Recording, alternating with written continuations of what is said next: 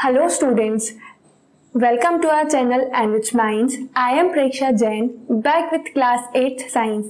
Today we are going to study the last chapter, chapter 18, pollution of air and water. So हमें इस chapter में पढ़ना तो क्या है, बेसिकली एयर एंड वाटर का पोल्यूशन. So जैसे अब आपको पता है हम कहाँ पर रह रहे हैं, अर्थ. हमने लास्ट चैप्टर में भी पढ़ा कि सोलर सिस्टम का एक प्लैनेट है अर्थ. सो अर्थ एक ओनली प्लैनेट है जहाँ पर लाइफ प्रेजेंट है.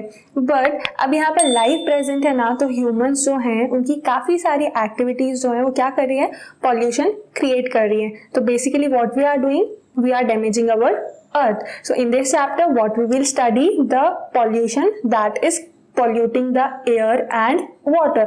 So simply जो air and water को pollute कर रहा है, बेकार कर रहा है, damage कर रहा है, and air and water किसका पार्ट है, environment का पार्ट है. तो indirectly कौन affect हो रहा है, कौन damage हो रहा है, environment. So हम इस chapter में पढ़ेंगे इस सब के बारे में. So start करते हैं. Paheli and Bujho were very excited to know that Taj Mahal in Agra is one of the 7 wonders of the world. So क्या है ना कि पहेली एंड बूझो को भी पता है, इवन आपको भी पता है कि जो ताजमहल आगरा में है वो 7 वंडर्स में से एक है. जो वर्ल्ड में 7 वंडर्स है ना, उसमें से एक है. But they were very disappointed to hear that the beauty of this monument in white marble is being threatened by air pollution in the area surrounding the ताज.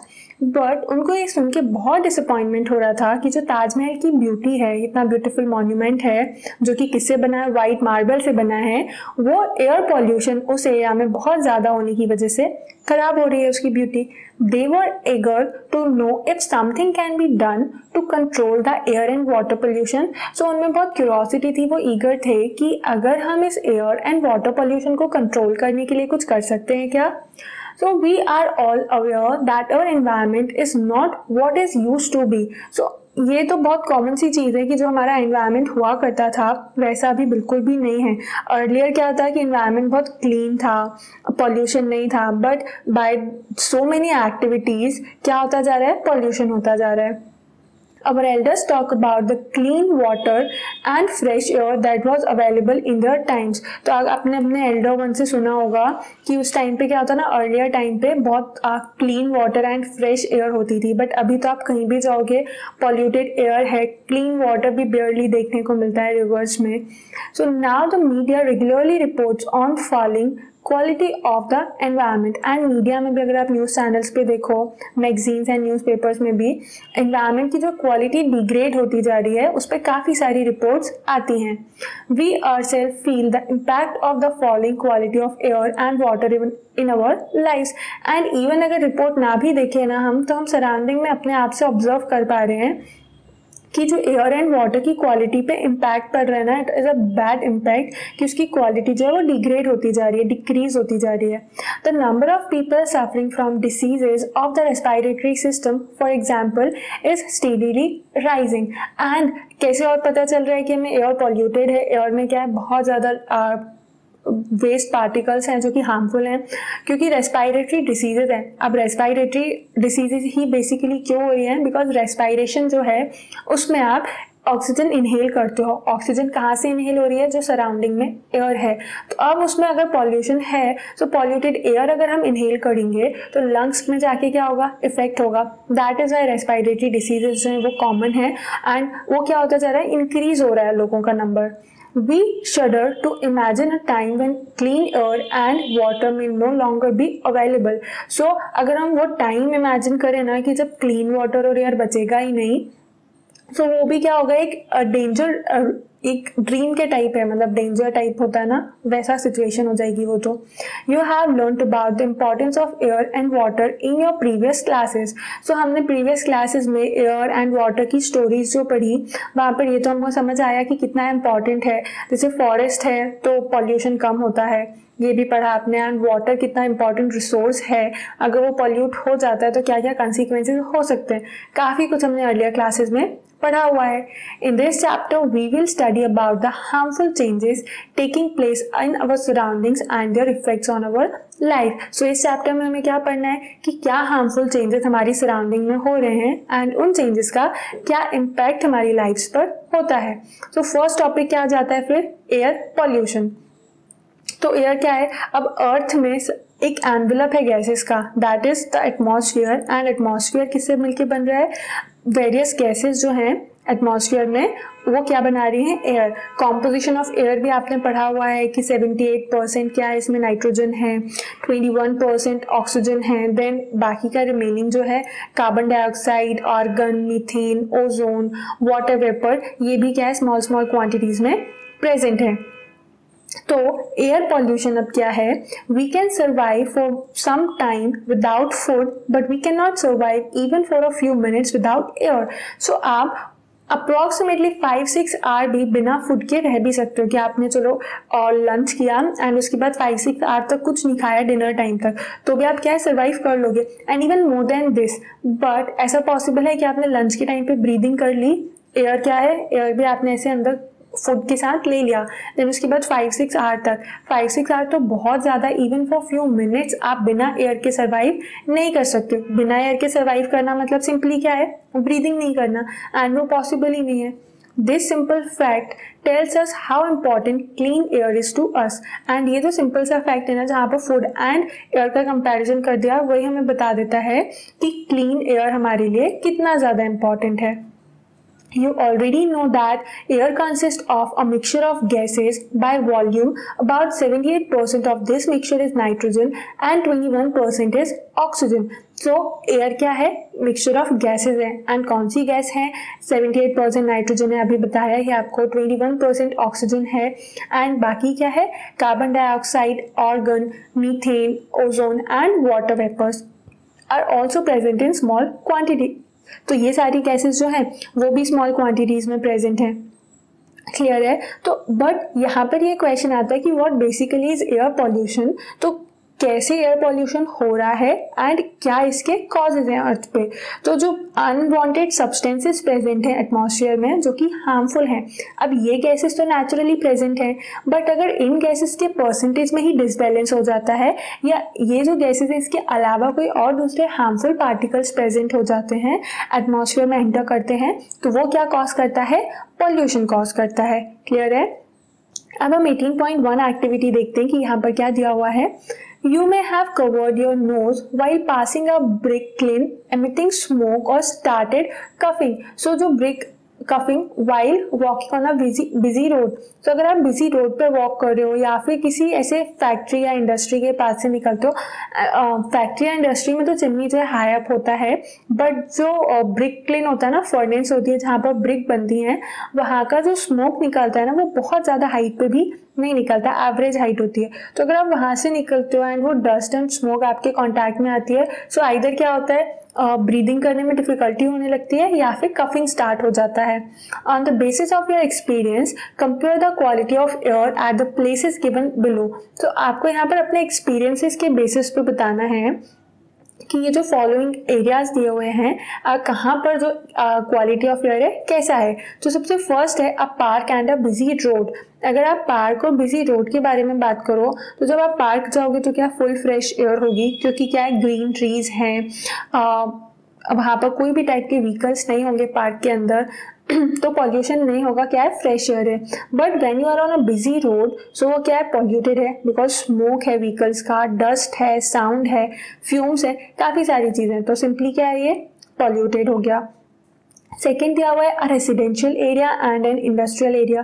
तो industrial area clearly more polluted होगा, because वहाँ पर जो industry से effluents निकल रहे हैं, whether it in solid form और लिक्विड फॉर्म, केमिकल पॉल्यूटेंट्स होते हैं, टॉक्सिक गैसेज होती हैं। बट रेसिडेंशियल एरिया में ऐसा कुछ भी नहीं होगा। ह्यूमन्स है तो सिंपली किचन वेस्ट होता है या होम वेस्ट निकलता है, that is not harmful as comparison to the industrial area. That is harmful, but when we are comparing it with industrial pollutants, then in that comparison it is less harmful.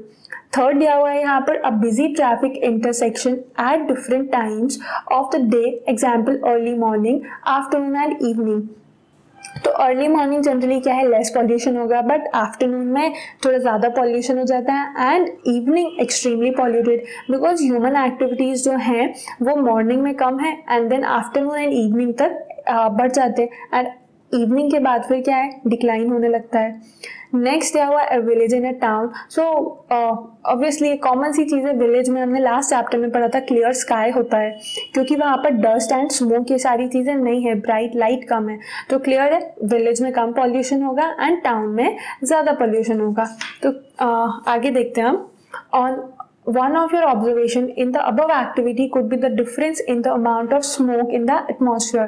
So यहाँ पर हमने जो बोला smoke की बात की, dust की भी बात की, जो डिफरेंसेस मेंशन किए उसमें से, तो एक यहाँ पर मेजर चीज़ क्या है कि डिफरेंसेस ऑफ स्मोक होता है polluted and non polluted area में। Do you know where the smoke could have come from? So ये स्मोक आता कहाँ से है? Addition of such substance to the atmosphere modifies it. तो ये स्मोक जो है ये आ कहाँ से रहा है, फर्स्ट क्वेश्चन ये है। तो ये बेसिकली कहाँ से आता है? व्हीकल्स में जो है कोई भी जो फ्यूल बर्न होता है उससे आ रहा है ये। उसके अलावा जो इंडस्ट्रीज़ हैं, फैक्ट्रीज़ हैं, वहाँ से जो चिमनी से स्मोक निकलता है वो सारा कुछ है। एंड दूसरे जो फ्यूल्स बर्न होते हैं व्हीकल्स के अलावा, तो वहाँ से ये सारे जो स्मोक है वो आते हैं। अपार्ट फ्रॉम स्मोक और भी काफ़ी सब्सटेंसेज हैं जो कि पॉल्यूशन कॉज करते हैं। When air is contaminated by unwanted substance which have a harmful effect on both the living and the non living, it is referred to as air pollution. तो जब क्या है, एयर कंटेमिनेट हो रही है किससे? Unwanted substance. अनवांटेड सब्सटेंस से मतलब क्या हो रहा है कि जिसका लिविंग एंड नॉन लिविंग दोनों पर ही हार्मफुल इफेक्ट है, उसे क्या बोल देते हैं? Basically air pollution. अब क्वेश्चन आता है कि how does air get polluted? Air pollution तो हमें पता चल गया कि एटमॉस्फेयर में अनवांटेड सब्सटेंस है, बट एटमॉस्फेयर में अनवांटेड सब्सटेंस आ कहाँ से रहे हैं? तो the substances which contaminate the air are called air pollutants. तो जो substance air को contaminate कर रहे हैं उनको क्या term दिया हुआ है? air pollutants.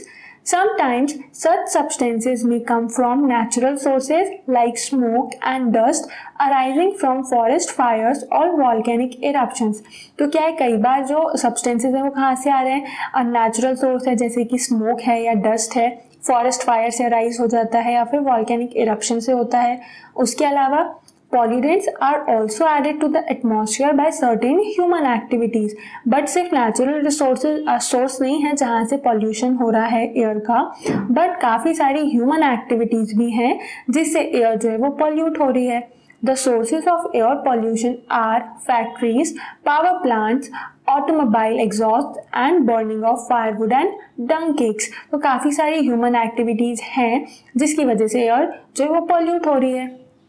Many respiratory problems are caused by air pollution. And अब एयर पॉल्यूशन हो रहा है तो उससे क्या होता है? रेस्पिरेटरी प्रॉब्लम्स अराइज हो रही हैं। Let us now try to find out the substance of our pollutants which are present in the polluted air. So अब हमें क्या करना है, जो एयर में polluted substance present हैं, जो एयर को क्या कर रहे हैं? pollute कर रहे हैं, उनके बारे में पता लगाते हैं। So have you noticed how rapidly the number of vehicles is increasing in our cities?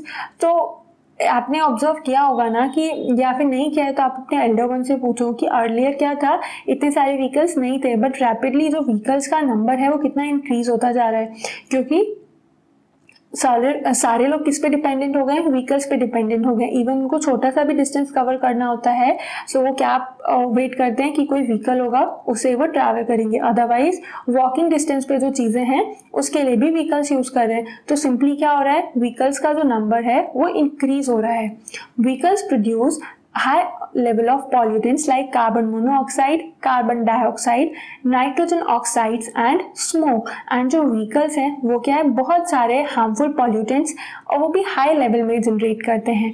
क्या है? जैसे कार्बन मोनोऑक्साइड है, डाइऑक्साइड है, नाइट्रोजन ऑक्साइड है, स्मोक है, ये सब प्रोड्यूस होता है। Carbon monoxide is produced from incomplete burning of fuels such as petrol and diesel. Carbon monoxide कैसे प्रोड्यूस होती है? इनकम्प्लीट बर्निंग से। जब फ्यूल जो है वो इनकम्प्लीटली बर्न होता है ना, तो उस कंडीशन में क्या है? कार्बन मोनोऑक्साइड प्रोड्यूस होती है। पेट्रोल एंड डीजल क्या है? आर अ फॉसिल फ्यूल है। It is a poisonous gas. And ये जो कार्बन मोनोऑक्साइड है वो क्या है? पॉइजनस गैस है।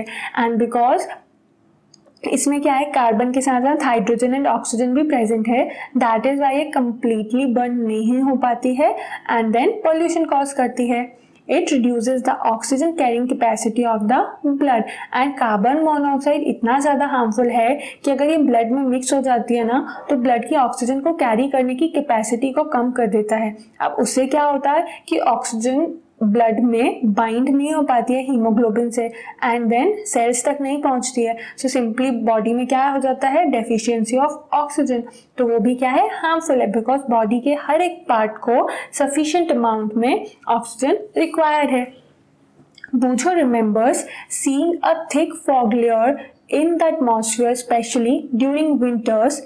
तो बूझो क्या है, एक सरप्राइजिंग चीज़ या फिर एक थिक फॉग लेयर उसने देखा एटमॉस्फेयर में एंड विंटर्स में जनरली दिखती है। वो क्या है, this is smog which is made up of smoke and fog. So वो क्या है, जो उसको फॉगी थिक लेयर दिख रही है वो स्मॉग है एंड वो किससे बना हुआ है, दो वर्ड से मिलके बन रहा है, SM for smoke and OG for fog. तो स्मोक एंड फॉग, तो विंटर सीजन में जनरली क्या है, फॉग तो होता है ये मॉर्निंग्स में एंड उसमें अगर स्मोक मिल जाता है तो वो क्या बना लेता है, स्मॉग बन जाता है। सो स्मोक में contain oxides of nitrogen which combine with other air pollutants and fog to form smog। So smoke क्या है, स्मोक में ऑक्साइड्स रहते हैं किसके, नाइट्रोजन के या फिर कार्बन के, जो मोनोऑक्साइड है, कार्बन डाइऑक्साइड है, ये किससे मिल जाते हैं, एयर पॉल्यूटेंट्स जो प्रेजेंट है एंड कंबाइनली मिल जाते हैं किसके साथ, फॉग के साथ एंड क्या बना देते हैं, smog. The smog causes breathing difficulties such as asthma, cough and wheezing in childrens. तो ये क्या कॉज करता है, अस्थमा हो सकता है एंड देन उसके बाद कफ है, वीजिंग चिल्ड्रंस में जो ब्रीदिंग प्रॉब्लम होती है या फिर ब्रीदिंग में जो साउंड होता है, इस टाइप की डिसीजेज जो हैं वो स्मोक से होती हैं। Many industries are responsible for causing air pollution. तो ये तो अब पता ही है कि जो इंडस्ट्रीज हैं वो रिस्पॉन्सिबल हैं किसके लिए, एयर पोल्यूशन के लिए। Petroleum refineries are a major source of gaseous pollutants like sulfur dioxide and nitrogen dioxide। तो क्या है, जो पेट्रोलियम रिफाइनरीज है ना वो क्या है, गैशियस पॉल्यूटेंट्स जो कि सल्फर डाइऑक्साइड है या नाइट्रोजन डाइऑक्साइड है उसका भी एक मेजर सोर्स है एंड ये दोनों क्या है, पॉल्यूटेंट्स हैं। Sulphur dioxide is produced by combustion of fuels like coal in power plant and sulphur dioxide कहाँ से प्रोड्यूस हो रही है, जो फ्यूल्स का पावर प्लांट में जो फ्यूल्स का कंबशन होता है ना उससे ये सल्फर डाइऑक्साइड प्रोड्यूस होती है। It can cause respiratory problem including permanent lung damage and इससे क्या होता है, रेस्पिरेटरी प्रॉब्लम तो हो रही है एंड वो भी कैसे, कि जिससे परमानेंटली जो लंग्स हैं वो डैमेज हो जाते हैं। You have already studied about the burning of fossil fuels in chapter 5। सो हमने जहाँ चैप्टर 5 में बर्निंग ऑफ फॉसिल फ्यूल पढ़ा वहाँ ये भी आया था कि जो फॉसिल फ्यूल्स है वो स्मोक क्रिएट करते हैं जो कि हार्मफुल है। तो क्लियर हो गया ना कि यहाँ पर मेजर पॉल्यूटेंट्स हमने देखे जो इंडस्ट्री से आ रहे हैं, sulphur dioxide and nitrogen dioxide. Then other kinds of pollutants are chlorofluorocarbons and एक और टाइप का ये क्या है, पॉल्यूटेंट है which are used in refrigerators and ये कहाँ पर यूज होता है, रेफ्रिजरेटर्स में यूज होता है और कंडीशनर्स में यूज होता है। एरोसॉल स्प्रेस जो होते हैं उनमें ये CFC यूज होता है। CFC damage the ozone layer of the atmosphere and CFC क्या कर रहा है, क्लोरोफ्लोरोकार्बन ओजोन लेयर को डैमेज कर रहा है। Recall that the ozone layer protects us from harmful ultraviolet rays of the sun। Have you heard of the ozone layer? तो ozone layer क्या करता है, हमें प्रोटेक्ट करता है अल्ट्रावायलेट रेस से सन की। आपने ओजोन होल के बारे में सुना है कि ओजोन क्या है, एक प्लेस पर काफ़ी थिन हो गई है बिकॉज ग्लोबल वार्मिंग एंड ये जो CFC क्लोरोफ्लोरोकार्बन और जो हार्मफुल पॉल्यूटेंट गैसेज हैं उनका अमाउंट इंक्रीज हो रहा है।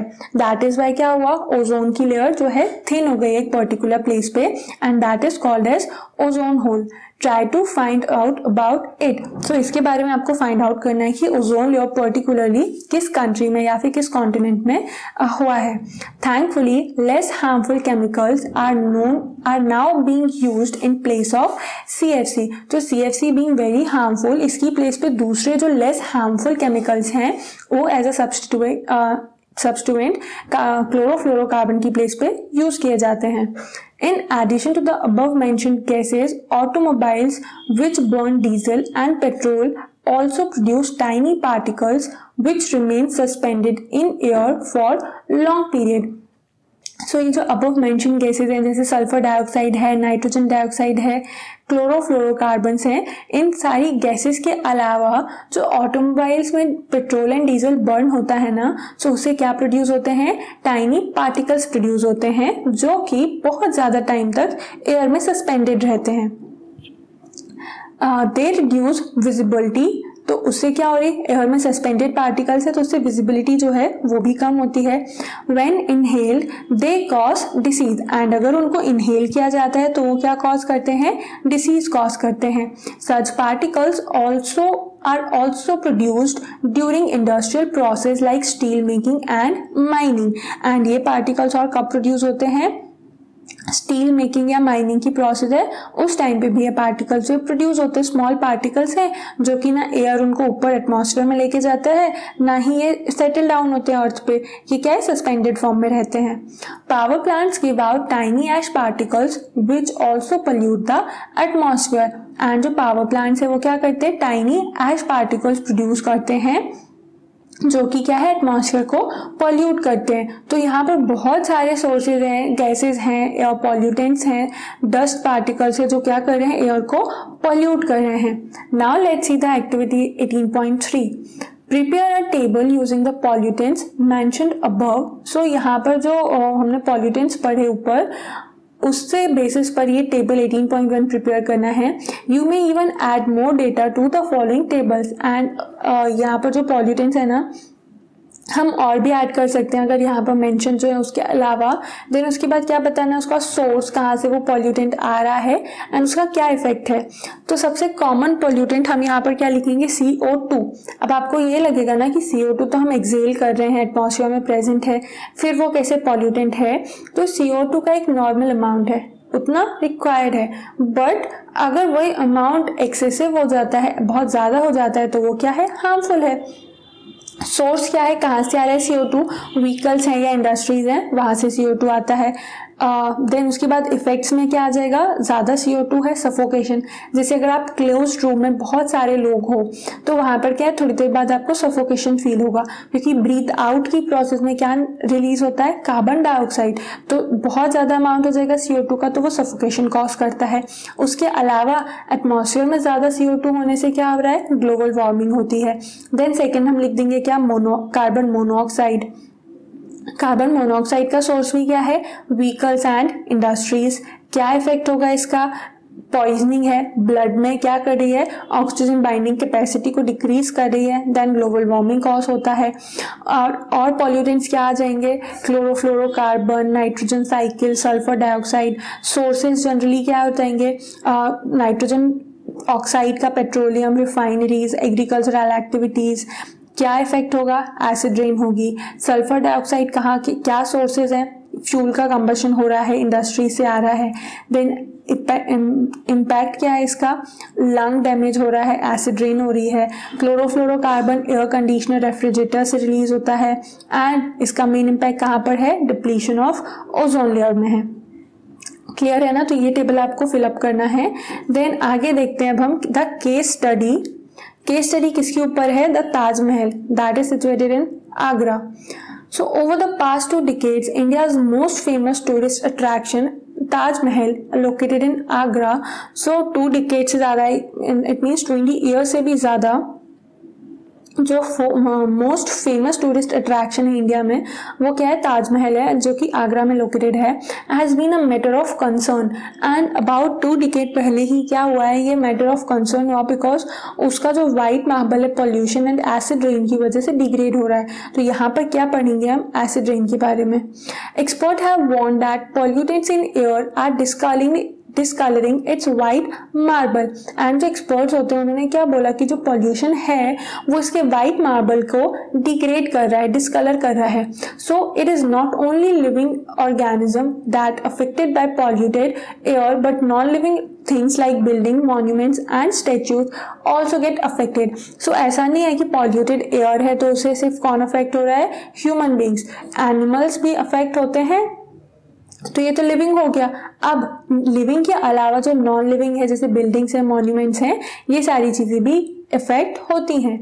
The industries located in and around Agra like rubber processing, automobile, chemicals and especially the Mathura oil refinery have been responsible for producing pollutants like sulfur dioxide and nitrogen dioxide. So Agra के near by जो industries हैं and specially क्या है, Mathura oil refinery है. Oil refinery में भी क्या है, हार्मफुल गैसेस एमिट होती हैं. तो ये सारे जो फैक्ट्रीज एंड इंडस्ट्रीज हैं ये किसके लिए रिस्पॉन्सिबल हैं, sulphur dioxide and nitrogen dioxide produce करने के लिए. एंड ये दोनों गैसेस क्या है, पॉल्यूटेंट हैं. These gases react with water vapor present in the atmosphere to form sulfuric acid and nitric acid. and ये जो गैसेज है ना, sulphur dioxide and nitrogen dioxide, ये किसके साथ मिलते हैं, जो एटमॉस्फेयर में वाटर वेपर्स हैं. एंड वाटर वेपर्स में जो सल्फर डाइऑक्साइड है वो किस फॉर्म में कन्वर्ट हो जाती है, sulphuric acid, and nitrogen dioxide convert हो जाती है नाइट्रिक एसिड में. The acid drop down with rain, making the rain acidic. अब जो गैसेस थी वो किस में कन्वर्ट हो गई, एसिड में. तो जब वो रेन डाउन आएगी अर्थ पे तो क्या हो जाएगी, base simply acid rain. This is called acid rain. तो इसी को क्या बोलते हैं, एसिड रेन बोलते हैं. Acid rain corrodes the marble of the monument. And acid rain क्या कर रहा है, जो मॉन्यूमेंट के मार्बल्स हैं उन्हें कोरोड कर रहा है. The phenomenon is called the marble cancer. And उसमें क्या है, मार्बल डैमेज हो रहा है, डिग्रेड हो रहा है. दैट इज वाई उस टर्म को क्या बोल देते हैं, marble cancer.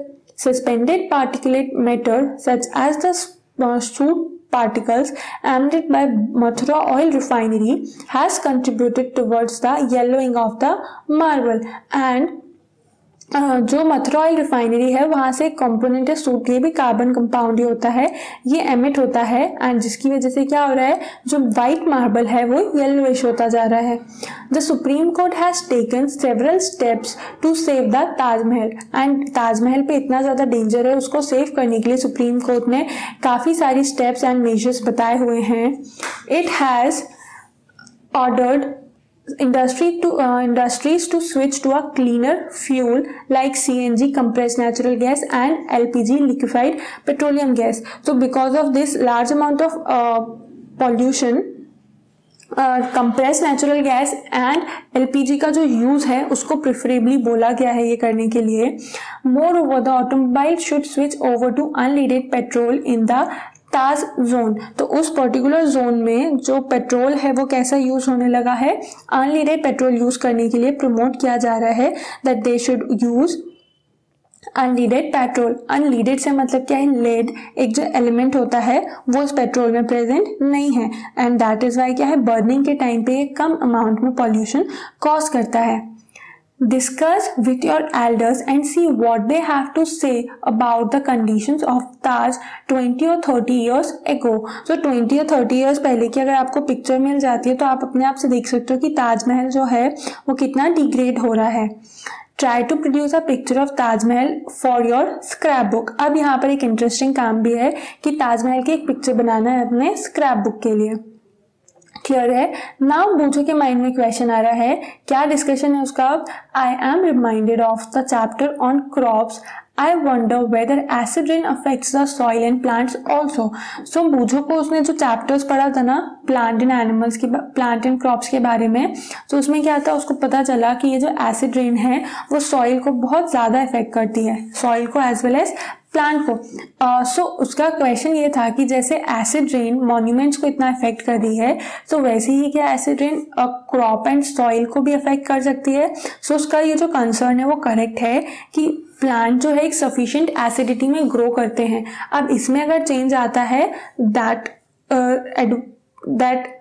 Adversely affect the plants and soil.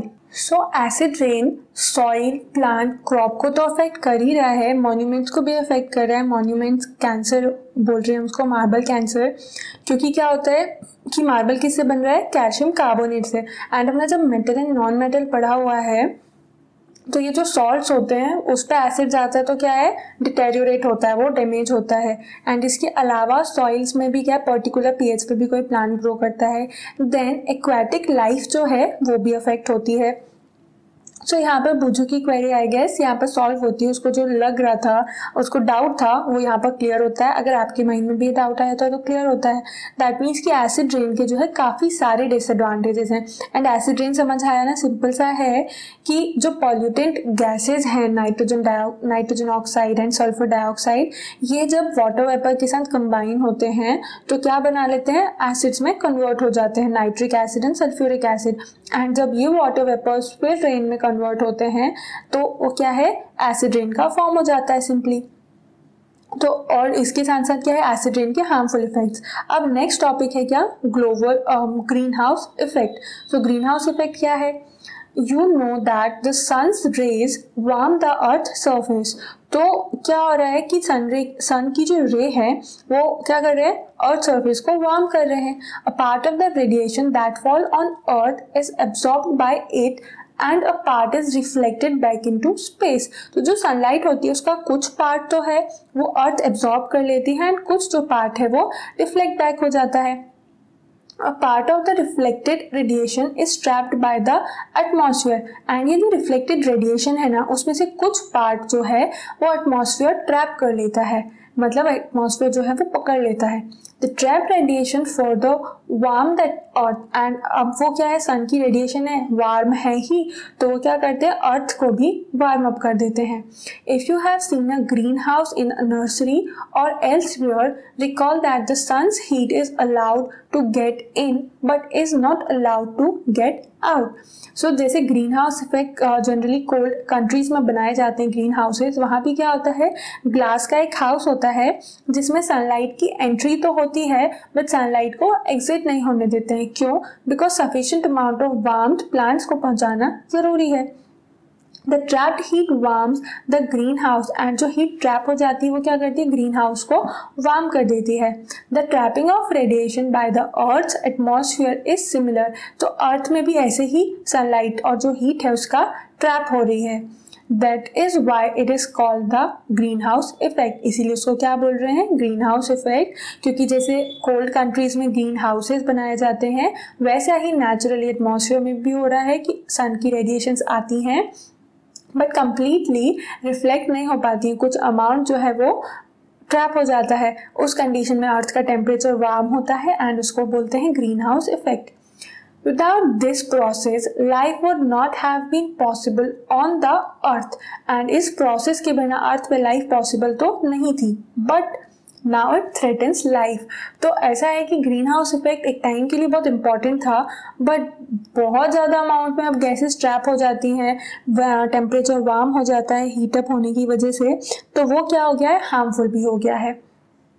Excess of CO2 in the air is one of the gases responsible for this effect। और जो excess CO2 है एयर में तो वो भी क्या है, इसके लिए रिस्पॉन्सिबल है, क्योंकि एक्सेस ऑफ CO2 क्या कर रही है, अर्थ सरफेस को वार्म कर रही है एंड वो ग्रीन हाउस इफेक्ट कॉज कर रहा है। तो you know that CO2 is one of the component of air. And carbon dioxide क्या है, एयर का एक कॉम्पोनेंट है बट उसमें भी क्या है, सफिशिएंट अमाउंट में। अगर एक्सेस अमाउंट होता है कार्बन डाइऑक्साइड का तो वो हार्मफुल है। You have also studied the role of carbon dioxide in plants। and carbon dioxide का प्लांट में बहुत इंपॉर्टेंट रोल है in the process of photosynthesis, वो भी हमें पता है। But if there is excess of CO2 in the air it act as a pollutant. But जो कंसंट्रेशन है CO2 का अगर वो इंक्रीज होता है तो उससे क्या होगा, पॉल्यूशन होगा। Can you help Paheli find out the answer to her question. तो आपको यहाँ पे क्या करना है, पहेली को उसके आंसर फाइंड आउट करने में हेल्प करना है। तो क्वेश्चन क्या है वो देख लेते हैं। But how does CO2 content rise in the atmosphere and become excessive. But ये हो कैसे रहा है कि जो CO2 का अमाउंट है वो इंक्रीज होता जा रहा है। सो वो कैसे हो रहा है, क्योंकि देखो ट्रीज कटते जा रहे हैं, इंडस्ट्रियलाइजेशन हो रहा है, तो जो जितना amount of carbon dioxide present है उसको अब्जॉर्ब करने के लिए उतने प्लांट्स ही नहीं है। तो अब वो प्लांट्स नहीं होने की वजह से क्या है, कार्बन डाइऑक्साइड का अमाउंट जो है वो इंक्रीज हो रहा है। On the one hand CO2 is continuously being released because of human activities. तो human activities की वजह से CO2 क्या continuously release हो रही है. But on the other hand, areas under forest is decreasing. But जो forest area है वो decrease भी हो रहा है. Plants utilize CO2 from the atmosphere for photosynthesis, thereby decreasing the amount of CO2 in the air. अब plant जो है सफिशिएंट अमाउंट में होंगे तो वो CO2 को यूटिलाइज कर लेते हैं, बट बिकॉज सफिशिएंट अमाउंट में प्लांट्स नहीं प्रेजेंट है इसीलिए जो CO2 का अमाउंट है वो इंक्रीज हो जाता है. Deforestation leads to an increase in the amount of CO2 in the air because the number of trees which consume CO2 is reduced. तो डिफॉरेस्टेशन क्या कर रहा है, CO2 का अमाउंट इंक्रीज कर रहा है बिकॉज प्लांट्स और ट्रीज का नंबर कम हो रहा है जो कि CO2 को एब्जॉर्ब करे. Human activities thus contribute to the accumulation of CO2 in the atmosphere. And human activities क्या कर रहे हैं, CO2 के एक्यूमुलेशन में एक इम्पॉर्टेंट रोल प्ले कर रहे हैं. CO2 traps the heat and does not allow it to escape into the space. And CO2 क्या कर रहा है कि हीट को ट्रैप कर लेता है एंड उसको एटमॉस्फेयर से एस्केप नहीं होने देता. अब एटमॉस्फेयर से एस्केप नहीं होने देने से मतलब क्या हो रहा है कि as a result the average temperature of the earth atmosphere is gradually increasing. इसकी वजह से जो अर्थ का टेम्परेचर है ना वो इंक्रीज हो जाता है.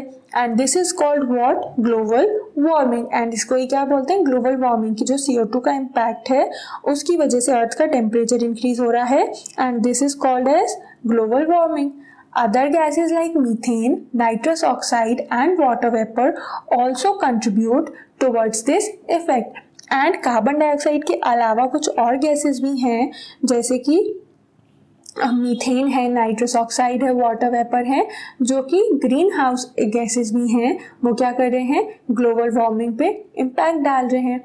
Like CO2 there are also called green house gases and इनको ग्रीन हाउस गैसेज ही बोलते हैं जो कि ग्लोबल वार्मिंग भी कॉज करती हैं. Global warming has become a major concern for government worldwide. And global warming जो है ना वो सिर्फ इंडिया में नहीं बाकी दूसरे फॉरेन कंट्रीज में भी एक मेजर कंसर्न हो गया है. क्यों? Many countries have reached an agreement to reduce the emission of greenhouse gases. तो बहुत सारी कंट्रीज ने क्या किया है, एक एग्रीमेंट साइन किया जिसमें ग्रीन हाउस गैसेस के एमिशन को रिड्यूस किया जाए. The Kyoto protocol is one such agreement and इनमें से ही एक क्या है, क्योटो प्रोटोकॉल, जिसमें जो ग्रीन हाउस गैसेज हैं उसका कम से कम एमिशन हो और कम से कम यूज हो ये सजेस्टेड है. Bujo is surprised to hear that an increase in the Earth's temperature by even as little as 0.5 degree Celsius can have in such a serious effect. So बूझो सरप्राइज हो गया ये सुन के कि अर्थ का जो टेम्परेचर है वो अगर 0.5 डिग्री से भी ऊपर या नीचे होता है तो वो क्या है, एक सीरियस इफेक्ट ले आता है. Paheli tells him that she had read in the newspaper recently that the Gangotri Glacier in the Himalayas has started melting because of global warming. And पहेली ने क्या है, एक बुक में न्यूज़पेपर में उसने पढ़ा कि जो गंगोत्री पे ग्लेशियर है दैट इज पोलर आइस है वो क्या है, मेल्ट हो रहा है. एंड क्यों मेल्ट हो रहा है, because of the global warming and increasing amount of greenhouse gases. Clear है. So greenhouse effect, global warming यहाँ पर क्लियर होता है कि जो पॉल्यूटेड गैसेज हैं, कार्बन डाइऑक्साइड, नाइट्रोजन ऑक्साइड, ये सारी गैसेज जब रिलीज होती हैं एटमॉस्फेयर में सो उससे ही क्या है, वाटर वेपर के साथ मिलके एसिड रेन कॉज करती हैं.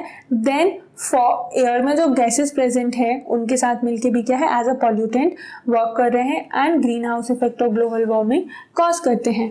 अब नेक्स्ट आता है व्हाट कैन बी डन. हम ये जो पॉल्यूशन हो रहा है इसको कंट्रोल करने के लिए क्या कर सकते हैं आखिर. So what can we do to reduce the air pollution. हम क्या कर सकते हैं, there are many success stories in our fight against air pollution. For example, a few year ago Delhi was one of the most polluted city in the world.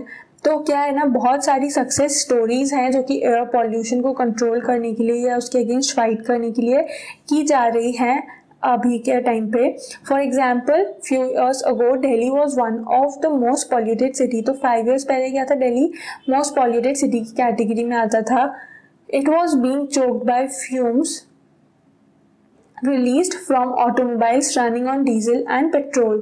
तो उसके बाद क्या हुआ कि दिल्ली जो मोस्ट पॉल्यूटेड था, क्यों मोस्ट पॉल्यूटेड था? क्योंकि वहाँ पर जो स्मोक, ऑटोमोबाइल्स, फ्यूम्स, ये सारी चीज़ों की वजह से कहाँ से आ रहे थे ये सब?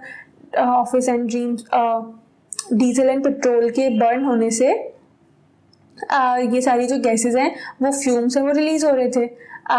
Decision was taken to switch to fuels like CNG and that is why क्या डिसीजन लिया गया कि ये जो पेट्रोल एंड डीजल हैं जो कि हार्मफुल गैसेज एमिट करते हैं, रिलीज करते हैं, इनकी प्लेस पर एक सेफर फ्यूल यूज किया जाए।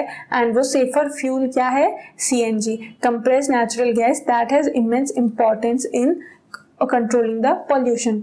एंड CNG के अलावा क्या है? Unleaded petrol. लीडेड पेट्रोल में क्या प्रेजेंट है? लेड जो एलिमेंट है वो प्रेजेंट है जो कि पॉल्यूशन कॉज करता है जब वो बर्न होता है। तो These measures have resulted in cleaner air for the city and ये जो मेजर है उससे क्लीनर एयर आ रही है कि क्या किया है? CNG का यूज करना है और अनलीडेड पेट्रोल का यूज करना है। उसके अलावा और क्या कर सकते हैं? क्रैकर्स को बर्न ना करके अल्टरनेटिव फ्यूल्स जो हैं जो कि बर्न करके नहीं प्रोड्यूस किए जाते sources.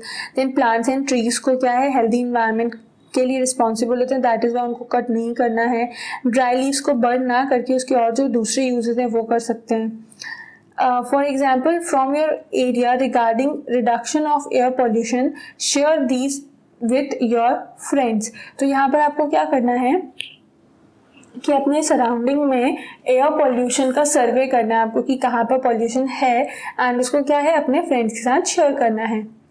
The quality of air at various locations is monitored regularly by government and other agencies। तो जो एयर की क्वालिटी है ना अलग अलग लोकेशंस पे वो क्या है? गवर्नमेंट उसको मॉनिटर तो कर रहे हैं एंड जो दूसरी एजेंसीज है वो भी इसको मॉनिटर कर रही हैं। We can use this data to generate awareness about air pollution among friends and neighbours. And ये जो हो रहा है ना कि ये डेटा जो है एयर पॉल्यूशन के का वो क्यों जनरेट किया जाता है? जिससे एयर पॉल्यूशन के बारे में क्लियर इंफॉर्मेशन मिल सके। There is a need of switch over to alternative fuels instead of the fossil fuels। तो क्या करना है हमें एयर पॉल्यूशन को रिड्यूस करने के लिए भी फॉसिल फ्यूल से ज़्यादा बेटर जो दूसरे अल्टरनेटिव फ्यूल सोर्सेज हैं उनको यूज़ करना है एनर्जी रिक्वायरमेंट फुलफिल करने के लिए। These could be solar energy, hydro power and wind energy. And ये क्या है? सोलर एनर्जी है, हाइड्रो पावर प्लांट है, लैंड एनर्जी, ये सारे विंड एनर्जी, ये सारे क्या है? Conventional and non conventional source तो हैं बट ये लेस पॉल्यूशन कॉज करते हैं, दैट इज वाई ये प्रीफरेबल है। Now there is activity 18.4। Now let's see this.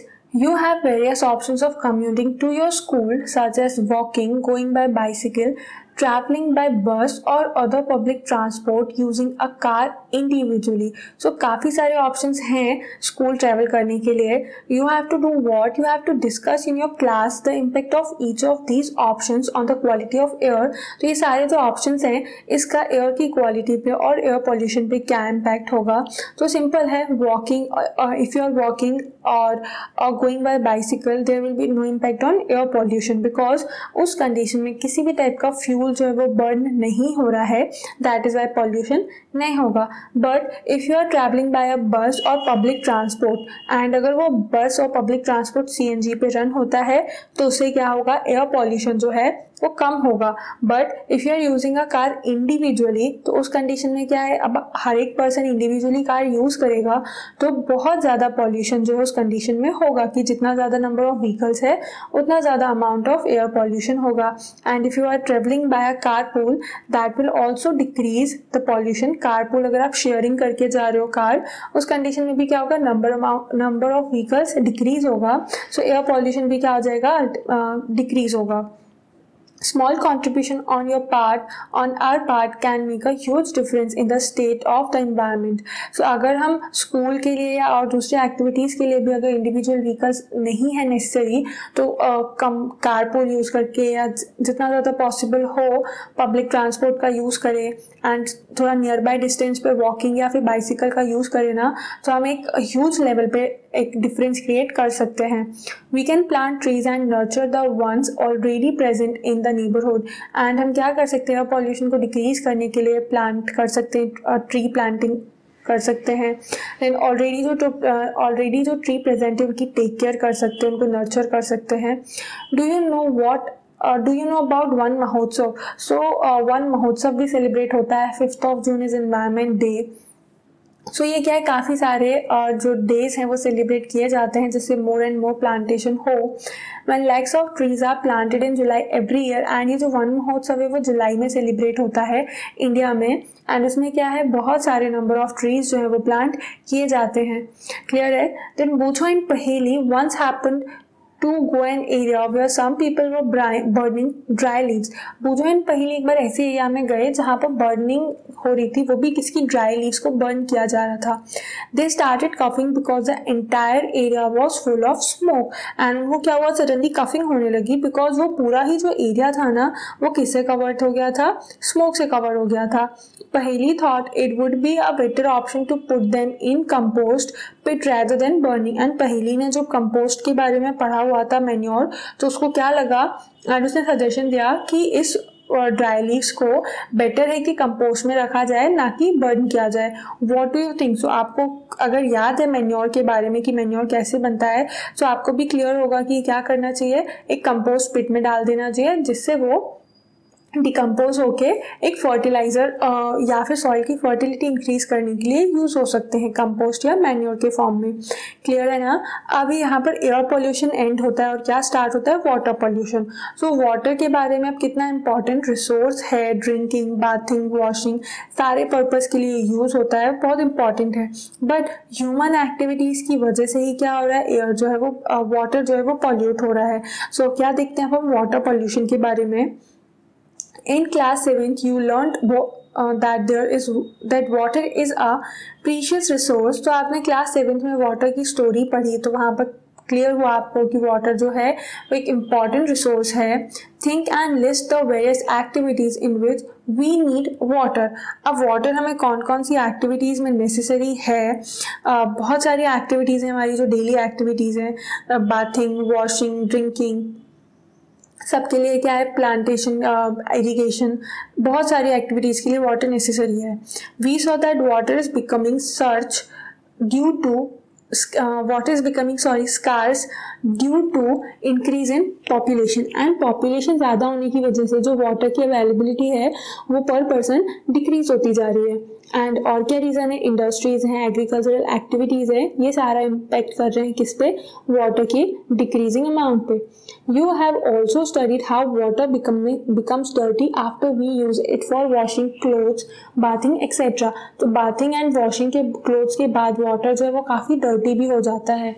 This means that we are adding some materials to the water which spoils its quality and change its smell and colour. तो क्या है, हम simply क्या कर रहे हैं, water की quality को डिग्रेड कर रहे हैं, कैसे, कुछ ऐसे सब्सटेंसेस और मटेरियल्स उसमें ऐड करके जिससे वाटर स्पॉइल हो रहा है, एंड वाटर का कलर चेंज हो रहा है या वाटर में स्मेल जो आ रही है उसकी वजह से वाटर है वो स्पॉइल हो रहा है। Whenever harmful substance such as sewage, toxic chemicals, silt etc. get mixed with water, the water becomes polluted। अगर वाटर में इस टाइप का कोई भी सब्सटेंस अगर जाके मिलता है ना तो वो क्या करता है, वाटर को पोल्यूट करता है।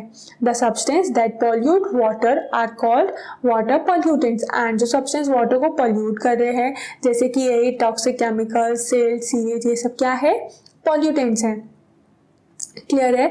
अभी यहाँ पर एक्टिविटी दी हुई है 18.5, उसमें क्या है, try to collect samples of water from a tap, pond, river, well and lake, pour each into separate glass containers. तो यहाँ पर क्या करना है, अलग अलग जगह का वाटर कलेक्ट करना है एंड उसको अलग अलग कंटेनर्स में, ग्लास के में रखना है। Compare these for smell, acidity and colour. And इनका क्या कंपेयर करना है हमको, acidity, smell and colour compare करना है ना। Complete the following table. ये जो टेबल दी हुई है 18.2, सो टैप वाटर है तो हमारे घरों में जो टैप में आता है उसमें कोई भी स्मेल नहीं होती है। अगर आप उसमें एसिडिटी चेक करोगे तो कोई एसिडिक नहीं होता है वो, एंड क्या रहता है, कलरलेस होता है। बट जो पॉन्ड वाटर है वो क्या है, स्मेली है, because pond water stagnant water है, वो मूवमेंट नहीं होती है उस वाटर में, दैट इज वाई उसमें स्मेल होती है। एंड कलर भी कैसा होता है, मडी कलर होता है, एंड इवन वो क्या है, एसिडिक होता है because of the presence of several micro organisms. Then river water है, सो रिवर वाटर में स्मेल कम होती है because it is flowing water. And river water जो है जनरली जहाँ पर मूविंग है तो वहाँ तो कलरलेस है, बट कई सारे प्लेसेस पर मडी कलर भी होता है, मड का जो कलर है वैसा।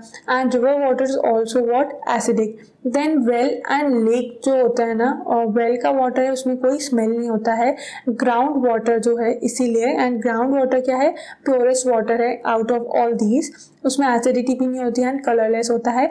And same the water of lake, that is also it does not have any smell or acidity or colour. So क्या है, प्योरेस्ट वाटर इनमें से क्या आ सकते हैं, वेल एंड लेक का वाटर जो है वो प्योर हो सकता है, बाकी के सारे जो वाटर हैं and even tap water in some cases is also pure, but other are very harmful और polluted. Then how does water get polluted, अब वाटर पॉल्यूट हो तो रहा है बट कैसे हो रहा है पॉल्यूशन, इसमें केस स्टडी के थ्रू हमें पढ़ना है ये। तो Ganga is one of the most famous reverse of India. So river Ganga जो बहुत ज़्यादा फेमस है, इसके बारे में तो सबको पता ही है कि काफ़ी फेमस है Ganga river.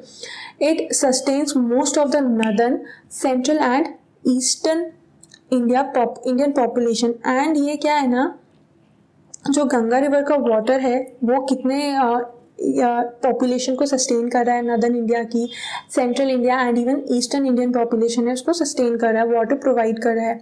Millions of people depend on it for their daily needs and livelihood. और बहुत सारे लोग जो हैं वो क्या है, गंगा पर ही डिपेंडेंट हैं, किसके लिए, अपनी डेली नीड्स के लिए, जो गंगा रिवर का वाटर है उस पर ही डिपेंडेंट है।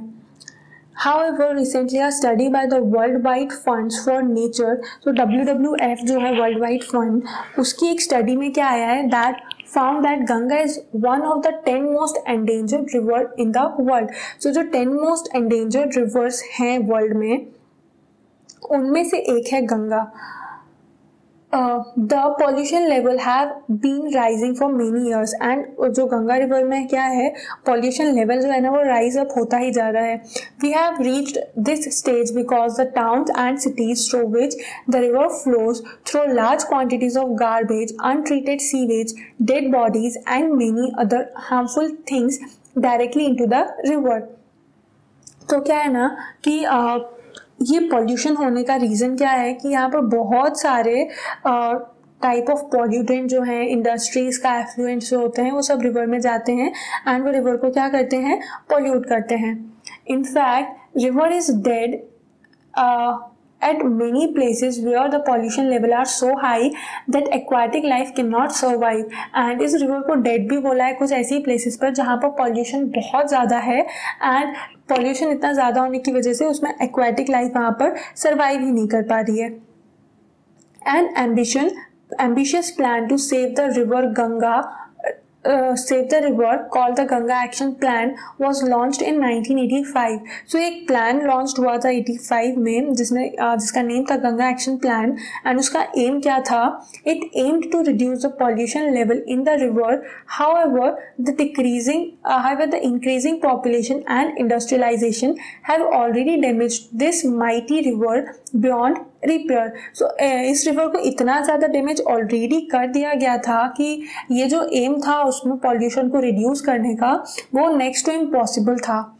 Now the government of India has launched a new initiative known as National Mission for Clean Ganga NMCG in 2016। so ये जो गंगा एक्शन प्लान था उससे ऐसे कुछ रिजल्ट नहीं निकले, दैट इज़ वाई एक और मिशन लॉन्च हुआ 2016 में जो कि था क्या, national mission for clean Ganga, जिसके अंदर क्या था, गंगा को क्लीन करना ही एक मेन एम था।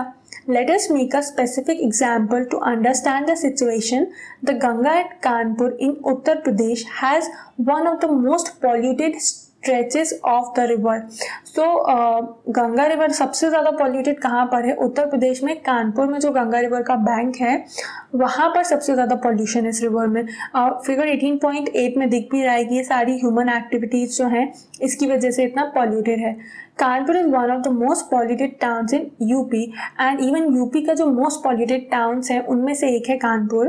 People can be seen bathing, washing clothes and defecting in the rivers. तो लोग वहाँ पर क्या है, बिल्कुल गंगा को केयर से नहीं रखते हैं एंड अपनी सारी ह्यूमन एक्टिविटीज से उसको डैमेज कर रहे हैं.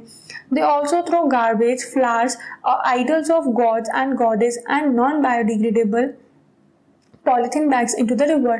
अब क्या करें ना वहाँ के लोग, बाथिंग, वॉशिंग एंड ये सारी एक्टिविटीज से तो रिवर को पॉल्यूट कर ही रहे हैं, बट उसके अलावा जो गार्बेज है उसको थ्रो करके एंड गार्बेज थ्रो करने के अलावा जो गॉड एंड गॉडेस के आइडल्स होते हैं वो वहाँ पर डालने से उसमें भी क्या है, कलर्स होते हैं हार्मफुल, जिससे वाटर क्या हो रहा है, पॉल्यूट हो रहा है. At Kanpur, the amount of water is comparatively small and the flow of the river is very slow. तो यहाँ पर इतना ज़्यादा पॉल्यूशन होने की वजह से ही वाटर का अमाउंट जो है वो काफ़ी कम है एंड फ्लो भी इसलिए स्लो हो जाता है. In addition Kanpur has more than 5000 industries. और इसके अलावा क्या है कि वहाँ पर इंडस्ट्रीज भी बहुत ज़्यादा है. दैट इज़ वाई ये पॉल्यूशन का जो लेवल है वो भी बहुत ज़्यादा है कानपुर में. These include fertiliser, detergent, leather and paint industries. And जो मोस्टली हार्मफुल पॉल्यूटेंट्स रिलीज करते हैं वो इंडस्ट्रीज कौन से हैं? Fertiliser, detergent, leather and paint industry. These industrial units discharge toxic chemicals waste into the river. And ये जो industries है वो क्या करते हैं? टॉक्सिक केमिकल वेस्ट रिलीज करते हैं रिवर में. Most based on the above information think of the answer to the following questions. तो इस अंडरस्टैंडिंग पे बेस्ड हमें कुछ क्वेश्चन के आंसर देखना है. वो क्या है?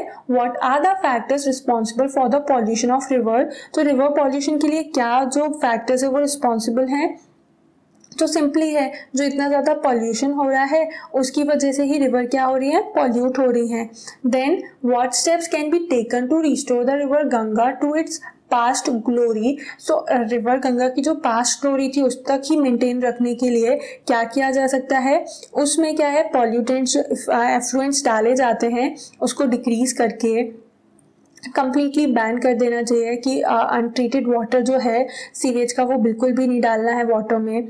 एंड देन उसके बाद जो डेली एक्टिविटीज़ ह्यूमंस परफॉर्म करते हैं उनको रिड्यूस करना है.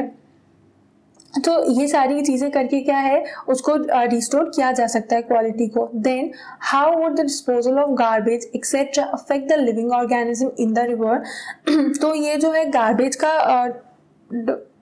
गार्बेज का डिस्पोजल रिवर में करने से लिविंग ऑर्गेनिज्म पे क्या इम्पैक्ट होता है. सो गार्बेज जब वाटर में जाता है ना तो उससे क्या हो रहा है कि उसमें बहुत सारे टाइप के हार्मफुल केमिकल्स भी होते हैं गार्बेज में. सो वो लिविंग ऑर्गेनिज्म को हार्म करते हैं, क्योंकि लिविंग ऑर्गेनिज्म क्या है, जो वाटर में भी रह रहे हैं उनको सबसे इंपॉर्टेंटली क्या चाहिए? ऑक्सीजन चाहिए. सो ऑक्सीजन बाइंडिंग कैपेसिटी उनकी भी ब्लड में कम हो जाती है and sufficient amount of oxygen नहीं पहुंचता. एंड इसके अलावा क्या है, पॉल्यूटेड वाटर जाने से और भी जो दूसरे डिसीजेज हैं बॉडी में वो होने लगते हैं and that leads to death of those living organism. तो सिंपली क्या हो रहा है, यहाँ पर लिविंग ऑर्गेनिज्म भी अफेक्ट होते हैं. एंड ये तो हमने की एक्वाटिक एनिमल की बात, बट लिविंग ऑर्गेनिज्म में जो दूसरे लिविंग ऑर्गेनिजम्स आते हैं, for example human being and animals, तो अगर वो polluted water human beings and animals consume करते हैं तो उन्हें भी डिसीज हो जाती हैं. अब वाटर रिलेटेड डिसीज भी हमने पढ़ी हुई थी चैप्टर 2, जहाँ पर माइक्रो ऑर्गेनिजम्स के बारे में पढ़ा था. सो कोलेरा है, टाइफाइड है, जॉन्डिस है, ये सब क्या है, पॉल्यूटेड वाटर से हो सकते हैं. सो सिंपली ह्यूमन लाइफ भी अफेक्ट हो रही है.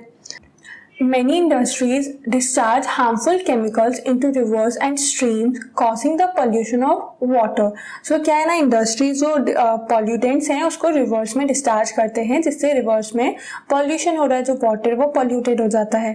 Examples are oil refineries, paper factories, textile and sugar mills and chemical factories. तो यहाँ पर बेसिकली जो पॉल्यूटेंट कॉज करते हैं फैक्ट्रीज, सारे ही फैक्ट्रीज और इंडस्ट्री क्या है, पॉल्यूटेंट कॉज करते हैं, बट मेनली जो पॉल्यूटेंट कॉजिंग इंडस्ट्रीज हैं वो यहाँ पर एग्जांपल दिया हुआ है. ये large amount of pollutant cause करते हैं एंड उसको डिस्चार्ज कहाँ कर देते हैं? रिवर्स में. These industries cause chemical contamination of water. And ये जो pollutant release करते हैं वाटर में, उससे वाटर contaminated होता है.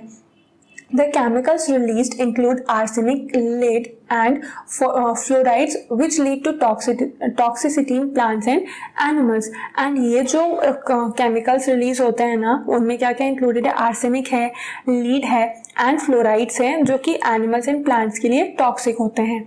There are regulations to prevent this. And इसके लिए क्या है, इसको कंट्रोल करने के लिए रेगुलेशंस भी हैं कुछ.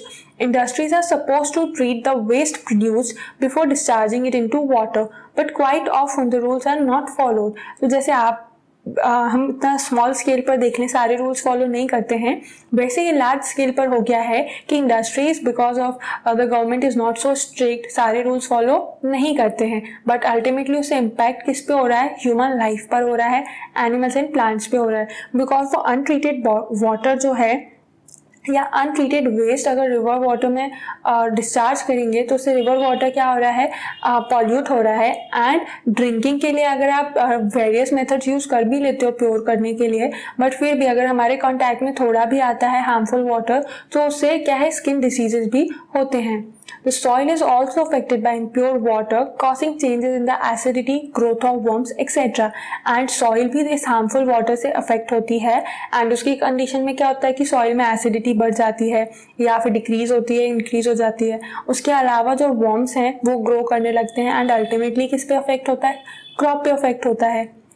We have learnt in chapter 1 the importance of pesticides and weedicides for the protection of crop. So हमने वीड्स जो होता है ना, अनवांटेड प्लांट्स ग्रो कर जाते हैं, उसको कंट्रोल करने के लिए वीडिसाइड्स तो पढ़ा है. एंड इंसेक्ट जो होते हैं उसको कंट्रोल करने के लिए पेस्टिसाइड्स यूज होते हैं. तो ये कर तो क्या रहे हैं? क्रॉप को प्रोटेक्ट कर रहे हैं. However, all these chemicals dissolve in water and are washed into water bodies from the fields.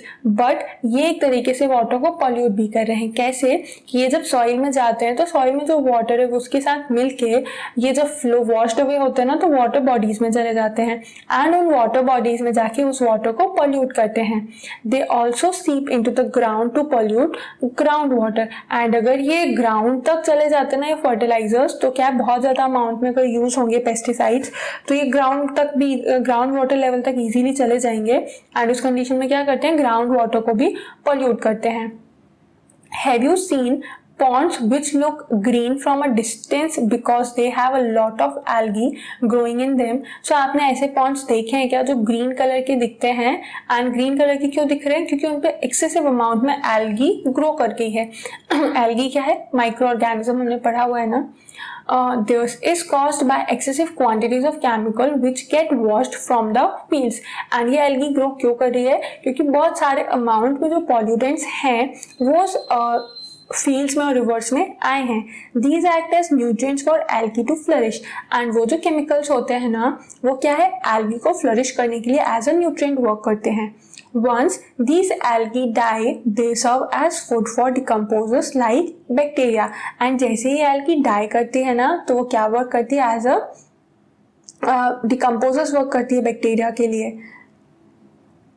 Lot of oxygen in water body get used up. और इस कंडीशन में क्या है? डिकम्पोजिशन हो रहा है तो उसमें बहुत सारी जो ऑक्सीजन है वो यूज अप हो जाती है. This results in decrease in the oxygen level which may kill aquatic organism. And ultimately इस पे क्या इफेक्ट होता है? एक्वाटिक ऑर्गेनिज्म के लिए ऑक्सीजन की अमाउंट कम होता है एंड उससे एक्वाटिक ऑर्गेनिज्म का जो सर्वाइवल है वो डेंजर में आ जाता है. तो क्लियर है ना कि एल्गी ग्रो कैसे कर रही है? बिकॉज केमिकल्स हैं. अब एल्गी ग्रो कर रही है तो केमिकल्स तो चलो ठीक है कम हो जाते हैं, बट जब एल्गी डाई करती है तो वो डिकम्पोजर्स के लिए अपना फूड है. डिकम्पोजर्स क्या है? उस वाटर में जो बैक्टीरिया होंगे. अब इस डिकम्पोजिशन की प्रोसेस में एंड जो बैक्टीरिया वहाँ पर सर्वाइव कर रहे हैं उस कंडीशन में वो क्या कर रहे हैं? ऑक्सीजन यूजअप कर रहे हैं. ऑक्सीजन यूजअप के होने से क्या हो रही है? ऑक्सीजन का अमाउंट डिक्रीज हो रहा है एंड वो किस पे इम्पैक्ट डाल रहा है? On the aquatic organism. Sometimes untreated sewage is thrown directly into rivers. तो जो untreated sewage है वो अगर rivers में directly जाता है, what it contains? It contains food waste, detergents, microorganisms, etc. उसमें काफी सारे amount of harmful products होते हैं. Can groundwater get polluted by sewage? So groundwater जो है वो भी sewage water से pollute हो जाता है. So in some cases it is found that कि groundwater is also polluted by the sewage water. How? So water contaminated with sewage may contain bacteria, viruses, fungi and parasites which cause disease like cholera, typhoid and jaundice. अगर किसी area में जो ground water का source है वहाँ से combine हो जाता है सीवेज वाटर का सोर्स, जहाँ से सीवेज वाटर जा रहा है, उस कंडीशन में क्या होगा, तो सीवेज का अगर स्मॉल अमाउंट ऑफ वाटर भी या फिर पॉल्यूटेंट भी ग्राउंड वाटर में जाते हैं तो वो पॉल्यूट हो जाता है एंड वो ये सारी डिसीज कॉज कर सकता है, जैसे कि कोलेरा है, टाइफाइड एंड जॉन्डिस है. The bacteria present in the feces of animals are indicators of the quality of water. So water quality को indicate करने के लिए क्या है, bacteria present होते हैं ना जो mammals के feces में, वो indicate करते हैं quality of water. कैसे? If water has these bacteria, it means that it has been contaminated by fecal matter. तो अब ये स्टडी से ऑलरेडी पता हुआ है कि फीकल मैटर में कौन से बैक्टीरियाज प्रेजेंट होंगे. इफ इन केस वाटर में भी वही सेम बैक्टीरियाज मिलते हैं, दैट मीन्स कि वाटर क्या है, फीकल मैटर से कंटामिनेटेड है. If such water is used by us, it can cause various infections. And अगर हम वो वाटर को यूज करते हैं ना तो वो क्या है, पॉल्यूटेड वाटर है एंड वो काफी टाइप के इन्फेक्शंस कॉज कर सकता है. Now next topic is what is potable water and how is water purified. Water को purify कैसे करते हैं and potable water क्या होता है. So Bhujo is very upset. He tells Paheli that he drank water which looked clear and was without any smell, but still he felt sick. So Bhujo upset था कि भाई उसने तो एकदम ऐसा वाटर पिया, ड्रिंक किया था जो कि क्लियर था, but after drinking that clear water उसमें स्मेल भी नहीं थी, वो इल क्यों हो गया, सिक क्यों हो गया. So Paheli explains that water which looks clean may still have disease carrying microorganisms and dissolve impurities. So जरूरी नहीं है कि जो वाटर आपको क्लीन दिख रहा है वो कंप्लीटली क्लीन हो, उसमें काफ़ी सारे टाइप के माइक्रो ऑर्गेनिजम्स प्रेजेंट हो सकते हैं जो नेकेड आई से विजिबल नहीं है. So it is essential to purify water before drinking, for example by boiling. तो क्या नेसेसरी है, क्या एसेंशियल है कि हम वाटर को बॉईल करके उसको प्योरीफाई कर लें, उसको क्लीन कर लें. इसके अलावा भी और मेथड्स होती हैं जो आरओ मेथड है, या फिर आजकल वाटर प्योरीफायर्स आते हैं जिसमें वाटर को क्या है, प्योरीफाई कर लिया जाता है. So water which is suitable for drinking is called potable water. जो भी सुटेबल ड्रिंकिंग वाटर है उसको क्या बोलते हैं, पोटेबल वाटर बोलते हैं.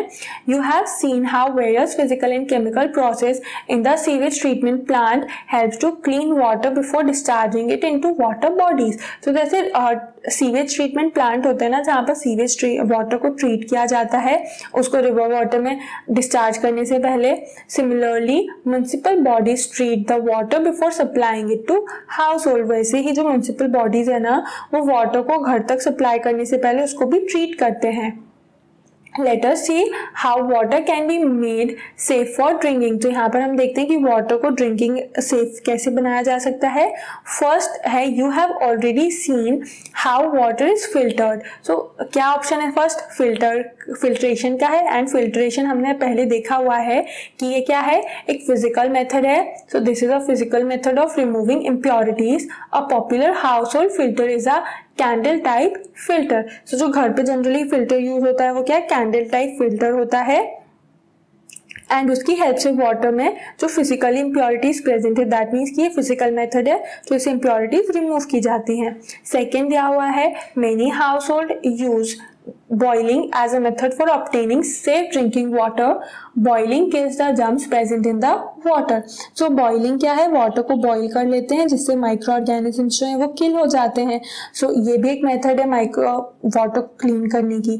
बट इस कंडीशन में क्या होगा ना, अगर आपने वाटर को सिर्फ बॉईल किया और फिल्टर नहीं किया, सो उस कंडीशन में जो माइक्रो ऑर्गेनिजम्स किल हुए हैं ना वो स्टिल वाटर में प्रेजेंट रहेंगे, उनकी जो सेल डेब्रिस है. बट इसलिए आपको क्या है, बॉइलिंग के बाद वाटर को फिल्टर करना जरूरी है. थर्ड दिया हुआ है chlorination. So chlorination is a commonly used chemical method for purifying water.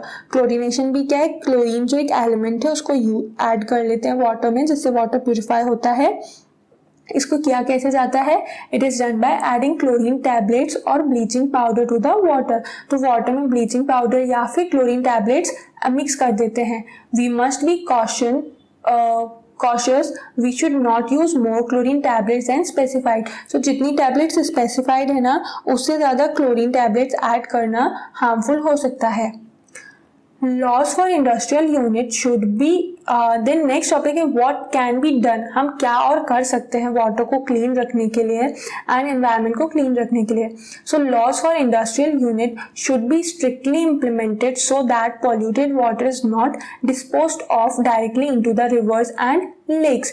तो क्या करना है कि जो इंडस्ट्रियल यूनिट का जो पॉल्यूटेड वाटर है वो डायरेक्टली रिवर्स एंड लेक्स में डिस्पोज ऑफ ना हो, इसके लिए स्ट्रिक्ट रूल्स मेंटेन होना चाहिए. Water treatment plant should be installed in all industrial areas, जितने भी इंडस्ट्रियल एरियाज हैं वहाँ पर वाटर ट्रीटमेंट प्लांट्स होना ज़रूरी है. At our individual level we should consciously save water and not waste it. And हमें ये सबसे इंपॉर्टेंट चीज़ क्या करना है, वाटर को जितना रिक्वायर्ड है उतना ही यूज़ करना है, उसको वेस्ट नहीं करना.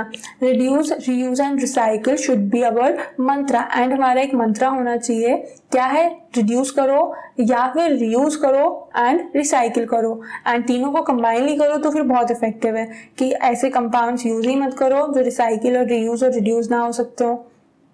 तो सिंपल रहेगा. Think of your daily routine, how can you save water. So हम अपने डेली रूटीन में कैसे वाटर को सेव कर सकते हैं ये ध्यान रखना है. We can think of creative ideas like reusing water used for washing and for other household task.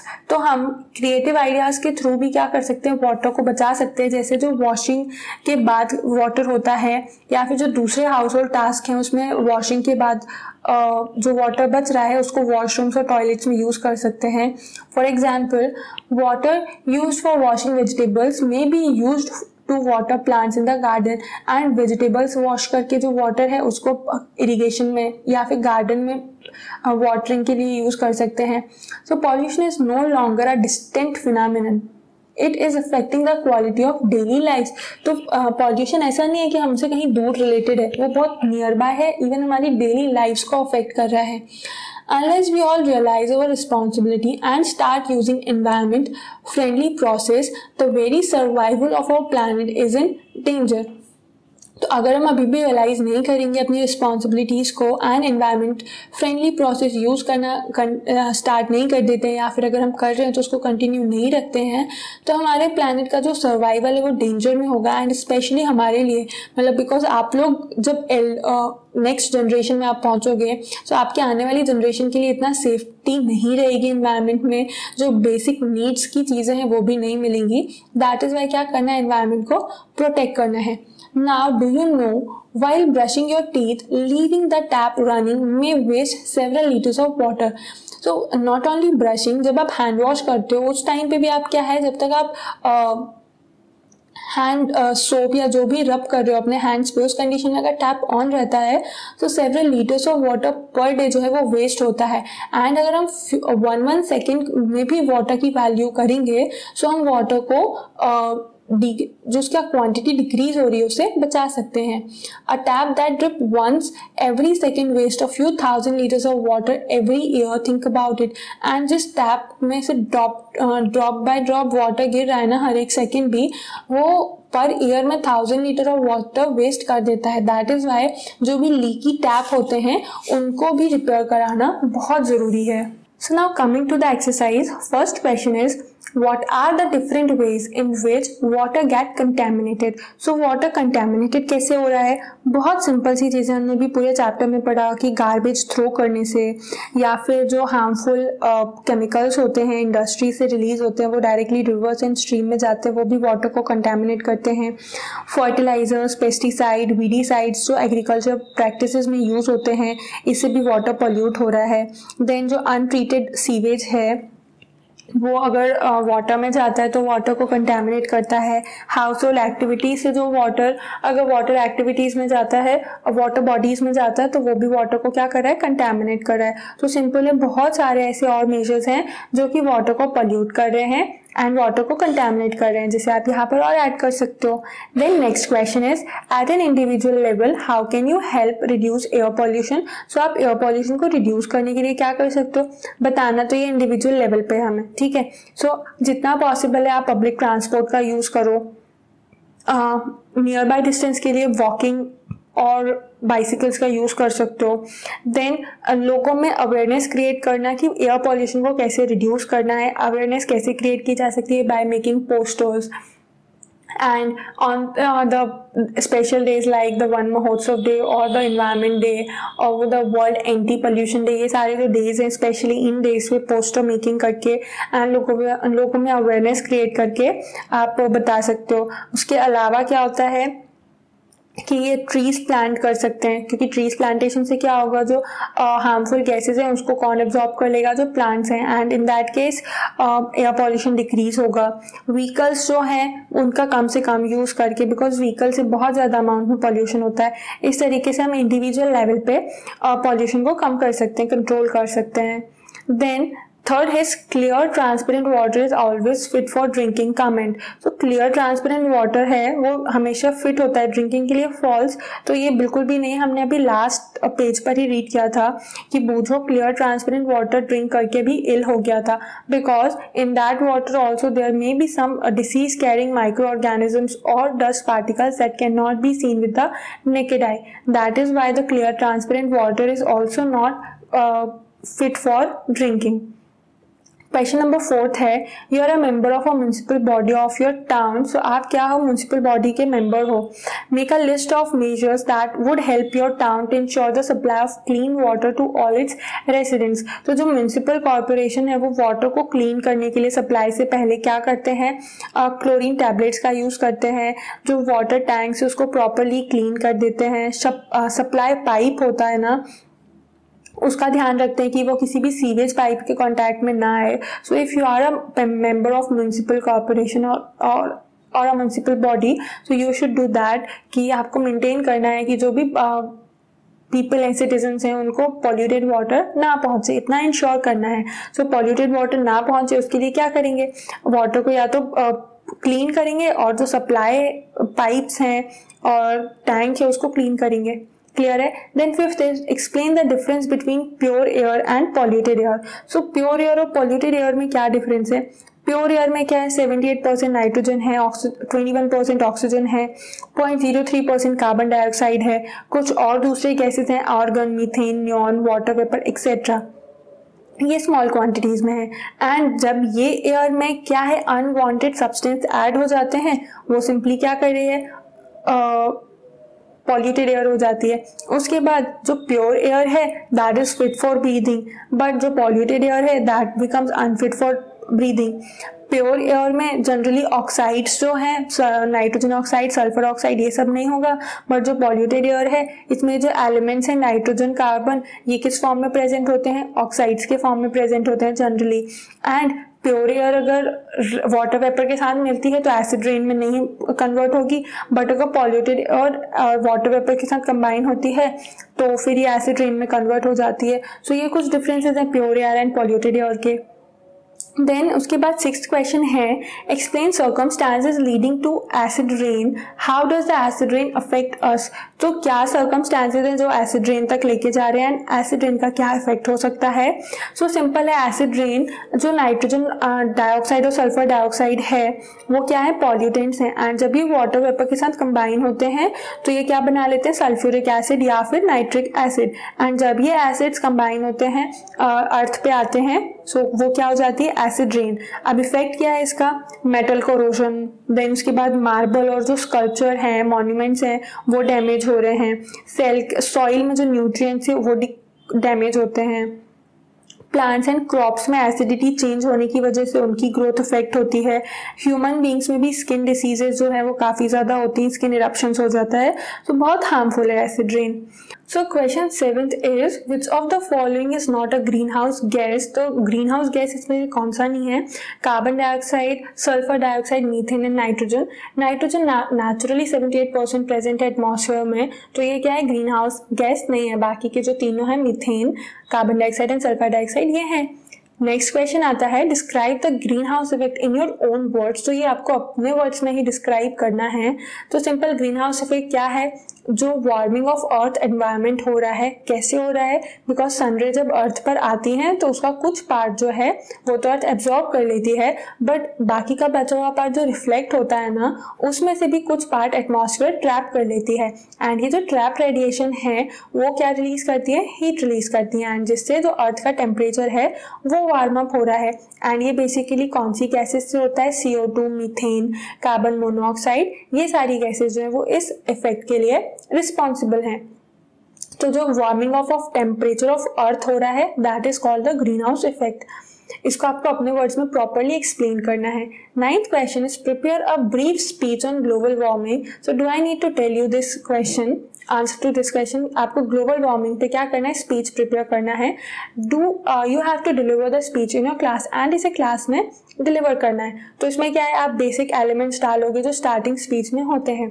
Then global warming के बारे में कि ग्लोबल वार्मिंग कैसे हो रहा है, जो एयर पॉल्यूशन है, टेम्परेचर इंक्रीज हो रहा है, पोलर आइस मेल्ट हो रही है, एंड इससे किससे रिलेटेड है, ग्रीन हाउस गैसेस से रिलेटेड है। जो ग्रीन हाउस गैसेस है वो टेम्परेचर इंक्रीज कर रहे हैं, एंड उसका ही इम्पैक्ट है क्या, ग्लोबल वार्मिंग। एंड ये काफ़ी सारी हेल्थ प्रॉब्लम्स के लिए भी रिस्पॉन्सिबल है। देन एक्वाटिक लाइफ के लिए भी हार्मफुल है। क्लियर है? ये पूरे पॉइंट्स जो है आपको स्पीच में इंक्लूड करना है। देन उसके बाद क्वेश्चन 10th है, describe the threat to the beauty of Taj Mahal. Taj Mahal की ब्यूटी पे क्या थ्रेट है?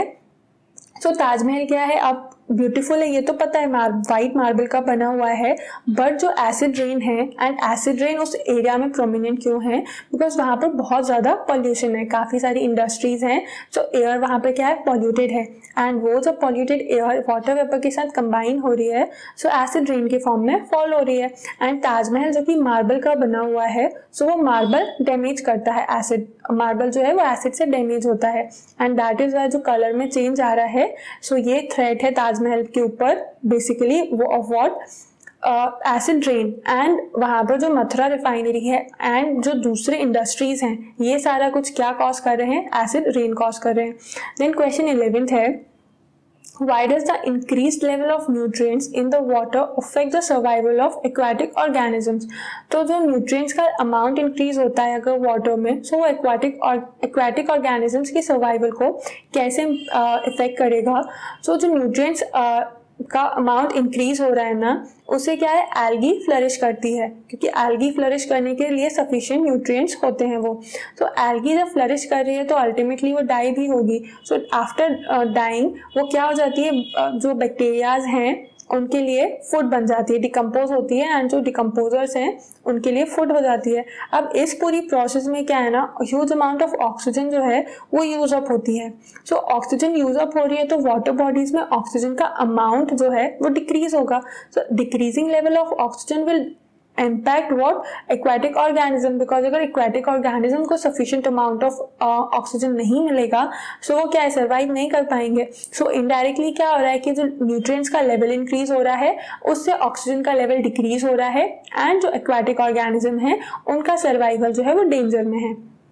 क्लियर हो गया ना? सो ये चैप्टर, अब जो लास्ट चैप्टर था हमारा वो यहाँ पर एंड होता है। आई होप आपको ये चैप्टर तो समझ आया होगा, एंड कोई भी डाउट होता है क्वेश्चन आंसर्स में चैप्टर में, आप कमेंट सेक्शन में पूछ सकते हो।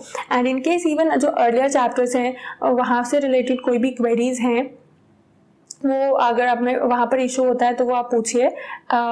Study properly this chapter and all the chapters of class 8, and I hope ये पूरी सीरीज आपको अच्छी लगी हो। Thank you.